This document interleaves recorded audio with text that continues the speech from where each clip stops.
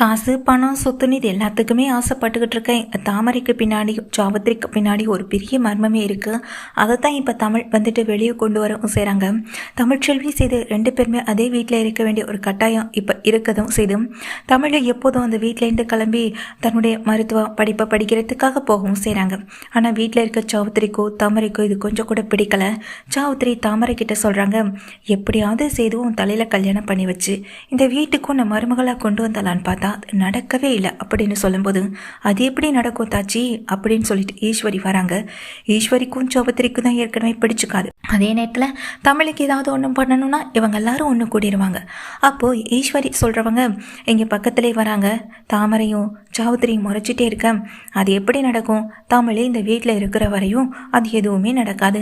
தமிழை இந்த வீட்டை விட்டு வெளியே அனுப்பணும்னு நாம் ஏதாவது முயற்சி பண்ணாதான் உண்டு அப்படின்னு ஈஸ்வரி சொல்ல, அதுக்கு இங்கே சாவித்திரி நினைக்கிறாங்க, இவக்கிட்ட நம்ம கூட்டு சேரவே கூடாது, தமிழை வீட்டை விட்டு வெளியே அனுப்புறதை பற்றி நம்ம தனியாகவே முயற்சி பண்ணிக்கலான்னு சொல்ல, சரிங்க தாச்சி பண்ணிக்கலாம் அப்படின்னு இங்கே யதார்த்தமாக வாயை விட்டு சொல்ல, அங்கே ஈஸ்வரியும் அதுக்கு ஏதாவது யோசனை இருந்தால் நம்ம யோசித்து சீக்கிரமாகவே தமிழை வீட்டை விட்டு வெளியே போக வைக்கிறதுக்கு என்ன பண்ணணுமோ அதை நம்ம பண்ணி ஆகணும்.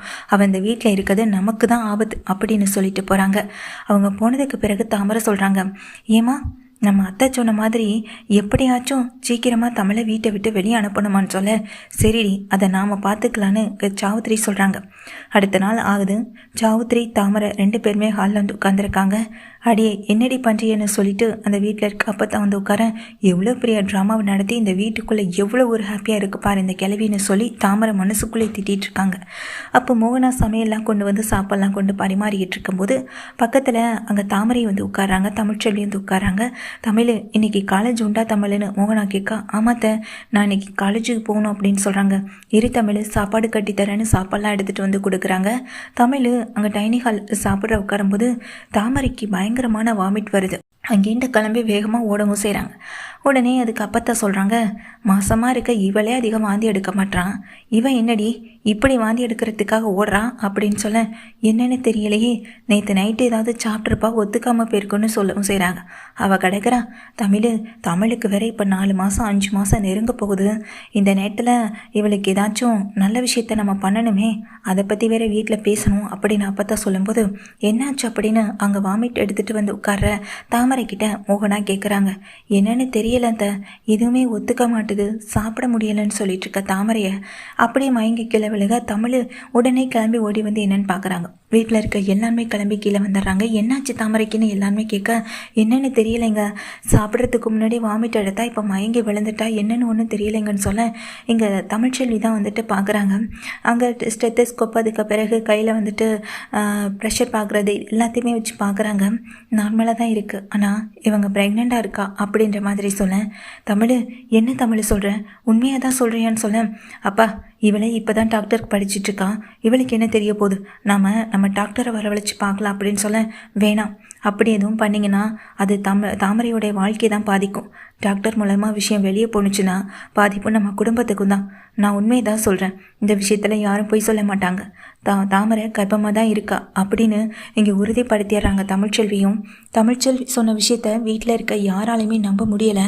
நீ உண்மையை தான் சொல்கிறியான்ற மாதிரி திரும்ப திரும்ப கேட்க, இந்த விஷயத்தில் பொய் சொல்கிறதுனால என்ன ஆக போகுதுன்னு தமிழ்ச்செல்வி சொல்ல தாமரை மயக்கம் தெளிஞ்சு கிளம்புறாங்க.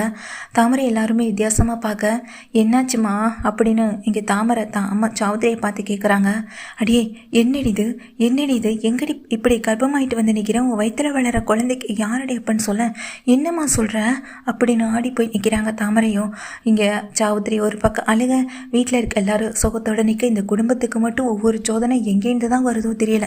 அடி எங்கடி போன, என்னடி ஆச்சு உனக்குன்னு இங்கே கேட்குறேன். அப்போ தமிழ்ச்செல்வி சொல்கிறாங்க, நம்ம கண்மணி கல்யாணத்துக்கு முதல் நாள் நைட்டு நீ ஒரு ஹோட்டலில் போய் தங்கினல அப்படின்னு கேட்க, ஆமான்னு சொல்கிறாங்க. அன்றைக்கி என்ன நடந்துச்சுன்னு உனக்கு ஏதாவது ஞாபகம் இருக்கான்னு சொல்லி கேட்க, இல்லை அன்னைக்கு எதுவுமே நடக்கலை, எனக்கு நல்லா ஞாபகம் இருக்குன்னு சொல்கிறாங்க. நல்லா யோசிச்சு பாரு தாமரை, அங்கே தான் ஏதாவது நடந்திருக்கணும் அப்படின்னு சொல்ல, எதுவுமே தெரியாமல் தாமரை இங்கே முழிச்சிட்டு நிற்க, என்ன அன்னைக்கு ஹோட்டலில் போய் தங்கினது அந்த படுபாவி ஏதாவது பண்ணிட்டானா, அவனே ஏகப்பட்ட சீக்கோடு இருக்கிறவனே அப்படின்னு அப்பத்தான் ஒரு பக்கம் அழுக, இல்லைம்மாச்சி அவன் பண்ணியிருக்கிறதுக்கு வாய்ப்பே இல்லை. இங்கே தாமரை யோசிச்சு என்னன்னு சொன்னால் மட்டும்தான் தெரிய வரும் அப்படின்னு சொல்ல தாமரை யோசிக்கிறாங்க. ஆனால் அவங்க மனசுக்கு அது எதுவுமே வரவும் ஞாபகம் இல்லை. அன்றைக்கி நைட்டு நான் நல்லா தூங்கிட்டேன். என்ன நடந்துச்சுன்னு கூட எனக்கு தெரியலை. தூங்க போகிறதுக்கு முன்னாடி ஒரு கிளாஸ் ஜூஸ் மட்டும்தான் நான் குடித்தேன் அப்படின்னு சொல்ல, அப்போ நிச்சயமாக அந்த ஹோட்டலில் தான் ஏதோ நடந்திருக்கணும். தாமரைக்கே தெரியாமல் தாமரைக்கிட்ட யாரோ தப்பாக நடந்திருக்காங்க அப்போ அப்படின்னு சொல்ல, ஐயோ இதை எப்படி கண்டுபிடிக்கிறது, இவ வேற வயிற்றுல குழந்தைய சுமந்துட்டு வந்து நிற்கிறாளே, என் வீட்டில் இருக்க எல்லாமே பார்த்துட்ட பட தாமரை அப்படியே இடிஞ்சு உட்காந்துடுறாங்க. சாவுத்திரி தலையில் அடிச்சுட்டு அழுகிறாங்க. ஆனால் தமிழ்ச்செல்வி உறுதியாக நம்புகிறாங்க, இதுக்கு பின்னாடி யாரோ இருக்காங்க அப்படின்றது மட்டும் நல்லாவே தெரியுது. ஆனால் இதெல்லாம் தமிழ்ச்செல்வி அங்கே இருக்க ஹோட்டலுக்கு போனால் தான் கண்டுபிடிக்க முடியும்னு சொல்லி தமிழ்ச்செல்வி செய்து 2 பேரும் சேர்ந்து தான் அந்த ஹோட்டலுக்கு போகிறாங்க. அந்த ஹோட்டலில் இருக்க சிசிடிவி ஃபுட்டேஜை வந்துட்டு கேட்கவும் செய்கிறாங்க. அங்கே இருக்கவங்க கொடுக்க முடியாதுன்னு சொல்லும்போது சேது ஒரு அடி தான் கொடுத்த அடியை வாங்கி தாங்க முடியாமல் அவங்களும் அவங்க ஃபுட்டேஜை காட்டுறாங்க. ஃபுட்டேஜை பார்த்த உடனே சேதுவுக்கும் தமிழுக்கும் பயங்கர அதிர்ச்சி ஆகுது. ஏன்னா அந்த ஹோட்டலுக்கு ஒரு பையனோட வர்றது வேறு யாரும் இல்லை, எங்கள் சன்னாசி தான். சன்னாசி எதுக்காக இங்கே வரணும், சித்தப்பா எதுக்கு இங்கே வரணும்னு 2 பேருமே யோசிக்கிறாங்க. அதே ஃபுட்டேஜோடு எடுத்துக்கிட்டு வீட்டுக்கு வராங்க. வீட்டுக்கு வந்தால் சன்னாசி இருக்க இங்கே எல்லாமே அதிர்ந்து போய் யாருப்பா என்னப்பா யார் காரணம்னு சொல்லி கேட்க, சித்தப்பா இங்கே வாங்க அப்படின்னு இங்கே சேது கூப்பிட, என்னாச்சுப்பான்னு சொல்லி கேட்குறாங்க. நீங்கள் அந்த ஹோட்டலுக்கு ஒரு பையன் கூட போனீங்களே, அந்த ஹோட்டலில் அந்த பையனை கொண்டு விட்டுட்டு நீங்கள் அப்போவே வெளியே வந்துட்டீங்க. அந்த பையன் யார், உங்களுக்கு தெரிஞ்சவனா வேண்டப்பட்டவனான்னு சொல்லி கேட்க, ஏன் என்னாச்சு அப்படின்னு கேட்குறாங்க. இப்போ நீங்கள் சொல்ல போகிறீங்களா இல்லையா சித்தப்பான்னு சொல்ல, சன்னாசி என்னையா நடக்குதுங்கன்னு அங்கே ராஜாங்க கேட்க, ஒன்றும் புரியலை என்ன, நீ என்னையாச்சு எது சொல்கிறேன்னு சொல்லி கேட்க, இருங்க வீடியோவை காட்டுறேன்னு தமிழ்ச்செல்வி தான் வீடியோவை காட்டுறாங்க. வீடியோவை பார்த்த உடனேயே இங்கே அதிர்ந்து போகிறாங்க. சன்னாசி அப்படியே அதிர்ந்து போய் பார்க்குறாங்க. ஏன்னா சன்னாசி கூட்டிகிட்டு வந்த பையன் இங்கே வேறு யாரும் இல்லை. எல்லாருமே யார் யாருன்னு கேட்குறப்போ சன்னாசி என்ன சொல்கிறதுன்னு தெரியாமல் தயங்கி போய் நிற்க, இங்கே ராஜாவும் பார்த்துட்டு யார் அது அப்படின்னு கேட்குறாங்க. ஆனால் அது வந்து அப்படின்னு சொல்லும்போது, இந்த பையன் வேறு யாரும் இல்லைன்னு என்னோட பையன்தான் சன்னாசி போட்டு உடைக்கிறாங்க. என்ன சன்னாசி சொல்கிற, ஓம் பையனா அப்படின்னு கேட்க, ஆமாண்ண ஏற்கனவே நான் ஒரு பொண்ணு கூட அப்படின்னு சொல்ல, ஈஸ்வரியிலேருந்து எல்லாரும் ஷாக்காகி எங்கள் சன்னாசியை பார்க்குறாங்க. ஏன்னா சன்னாசிக்கு வேறு ஒரு பொண்ணு கூட ஒரு தொடர்பு இருந்தது. அப்படியே அந்த தொடர்பு மூலமாக பிறந்த பையன்தான் இந்த பையன். இங்கே ஈஸ்வரியை கல்யாணம் பண்ணிட்டு வந்து வாழ்ந்த அதே சமயத்தில் ஊரில் இருக்க ஒரு பொண்ணோட பழக்கம் ஏற்பட்டு அப்போதைக்கு குடும்பம் நடத்திட்டு தான் இருந்திருக்காரு. இந்த விஷயம் பிரச்சனையெல்லாம் தெரிஞ்சு தான் இங்கே ராஜாங்கம் வந்துட்டு இங்கே சன்னாசியை கண்டித்து அந்த பொண்ணு கூட பேசக்கூடாது பழகக்கூடாது, உனக்கு மனைவின்னு பார்த்தா ஈஸ்வரி மட்டும்தான்னு சொல்லி இப்படி வாழ வச்சுருக்காங்க. ஆனால் ஒரு கட்டத்தில் திரும்பவும் அவங்கள சந்திக்கிற மாதிரியான ஒரு சூழ்நிலை சன்னாசிக்கு ஏற்பட தான் பையனை பார்த்த சந்தோஷத்தில் அவரும் ரொம்ப சந்தோஷப்பட்டிருக்காரு. அடிக்கடி தான் பையனை பார்க்குறதும் இது மாதிரியான வேலைகளை சந்திக்கிறதுமே சன்னாசி வச்சிட்ருக்கேன். கல்யாணத்துக்கு முதல் நாள் நைட்டு தான் பையன் இந்த ஊருக்கு வந்திருந்ததை கேள்விப்பட்டு அவனை அந்த ஹோட்டலில் தங்க வச்சிருக்காரு சன்னாசி. அந்த ஹோட்டலில் சன்னாசியுடைய பையன் இருக்கும்போது தான் தாமரைக்கும் அது மாதிரி அந்த பையனுக்குமான ஒரு விஷயம் நடக்கவும் செஞ்சுருக்கு. அந்த மாதிரி ஹோட்டலில் நடக்கிற அந்த சமயத்தில் தான் அங்கே தாமரைக்கு வந்துட்டு இந்த மாதிரி ஒரு சம்பவம் நடக்கவும் செஞ்சுருக்கு. இப்போது அந்த ரூம்குள்ளே போனது இந்த பையன் தானே தெளிவாகிட்டு அப்படின்னு சொல்கிறாங்க. சன்னாசி வேறு யாரும் இல்லை, இங்கே சொந்த மாமா தானே, சொந்த மாமா பையன்தான் இங்கே தாமரைக்கிட்ட தப்பாகவும் நடந்தது. இதெல்லாம் கேள்விப்பட்ட எங்கள் சன்னாசி ஆடி போக ஈஸ்வரி பயங்கர ஷாக் ஆகுறாங்க. ஒருத்தி என் வாழ்க்கையில் வரக்கூடாதுன்னு நினச்சனும் இன்னைக்கு அவள் திரும்ப வந்துட்டான். அவளுடைய பையன் இப்போது தாமரையுடைய வயிற்றுல குழந்தைய கொடுத்துட்டான். நிச்சயமாக அவனை தான் இவளுக்கு கல்யாணம் பண்ணி வைக்கவும் போகிறாங்க. திரும்ப அவள் ஏன் வாழ்க்கைக்கு போட்டியா இதே வீட்டுக்கு வரத்தான் போகிறான்னு சொல்லி இங்கே ஈஸ்வரி பயங்கர சத்தம் போட, எது நடக்கணுமோ அது தானடி நடக்கும், எதுவுமே திட்டம் போட்டு நடக்கலைல்ல, யதார்த்தமாக நடந்தது தானே. அவள் இந்த வீட்டுக்கு வரணும்னு விதி இருந்தால் அதை யாரால் மாற்ற முடியும் சொல்லு. அவள் இந்த வீட்டுக்கு வரணும்னு விதி இருக்குது, அதுக்கு தான் இப்படிப்பட்ட ஒரு சம்பவமும் நடந்திருக்கு. இதுக்கு வேறு வழியே இல்லை, அவனை தான் உன் பொண்ணுக்கு கல்யாணம் பண்ணி வச்சாகணும்னு அப்போ தாமரையை பார்த்தும் சாவித்திரியை பார்த்துன்னு சொல்கிறாங்க.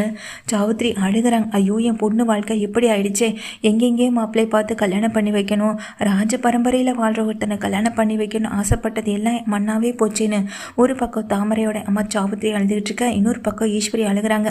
இந்த வீட்டுக்கு அதுவும் என் வாழ்க்கைக்கு இப்படி ஒரு வினையாக அமையுமே, என்னை ஏமாத்திட்டே சொல்லி சன்னாசி சட்டையை பிடிச்சு அழுக சேதுவும் தமிழ்ச்செல்வி வந்து தடுத்து நிறுத்தவும் செய்கிறாங்க. கடைசியில் இங்கே மற்றவங்களுக்கு கெடுதல் நினைக்க போன ஈஸ்வரிக்கும் சாவுத்திரிக்கும் தான் கெடுதல் மேலே கெடுதல் நடக்கவும் செய்து சன்னாசி மூலமாகவும் இங்கே தாமரை மூலமாகவும் அடுத்தடுத்த பிரச்சனைகள் அவங்கவுங்க வாழ்க்கையில் காத்துட்ருக்கவும் செய்து இனிமேல் சேது தாமரை தமிழ்ச்செல்வி வாழ்க்கையில் பிரச்சனை பண்ணாமல் அவங்க பிரச்சனைகளை வந்துட்டு சரி பண்ணுறதுக்கான முயற்சி எடுத்தாங்கன்னா அவங்க வாழ்க்கை நல்லா இருக்கும்.